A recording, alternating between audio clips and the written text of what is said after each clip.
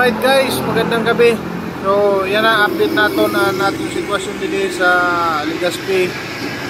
So yan na mga kaurason, time check 10:55 sa gabi. So yan na, adi kita pahuway naman dito sa may Nabal banda. Dito sa may Nabal din banda.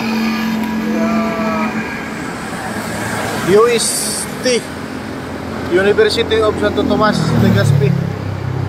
Yan na, hali kita sa hospital, nagduhol sing gata. So update ako sa kadugayon na si Bibi, kuha na siya kadlaw dito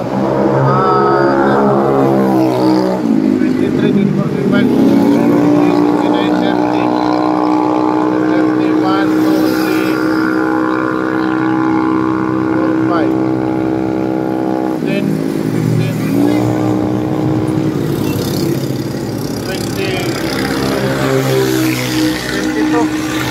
22 days na siya dito yan sa hospital.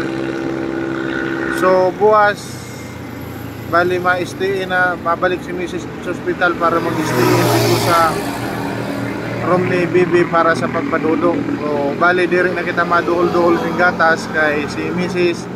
at tunanay pa istihon sa hospital kay medyo makusog na si Bibi.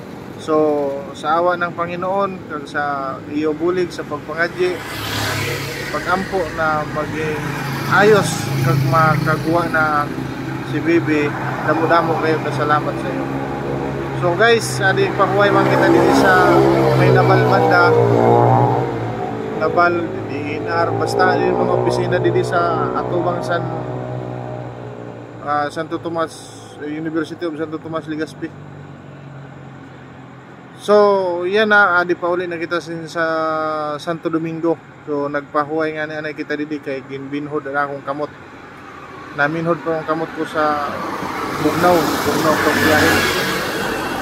Pero amo gani nang ginasabi, wala sin diri nakakaya basta para sa imong pamilya kayahon gayud. Ini challenge la ini sa usad na pamilya, pareha sa amo na naga pamilya, pareha man sa mga matuna pala. Yan ako la gayud masabi na ang pagpamilya igwagid sin pagsubok na ginasabi. So sa tanan diri gid nat ina hatagan natin sin kaluya, magkusog la pirmi kag halawid para diri mataranta, diri lagi malimot pagampo sa Ginoo na maging okay ang tanan. So guys, again, thank you so much sa iyo tanan. Ma-update na lang naman kita ugaring sa mga masunod na adlaw kung ano na sitwasyon. Pero sa pamatyag kung apikin na makaluwas si Bibi, naka 5 to 7 days makaluwas na si Bibi. Alright, thank you so much.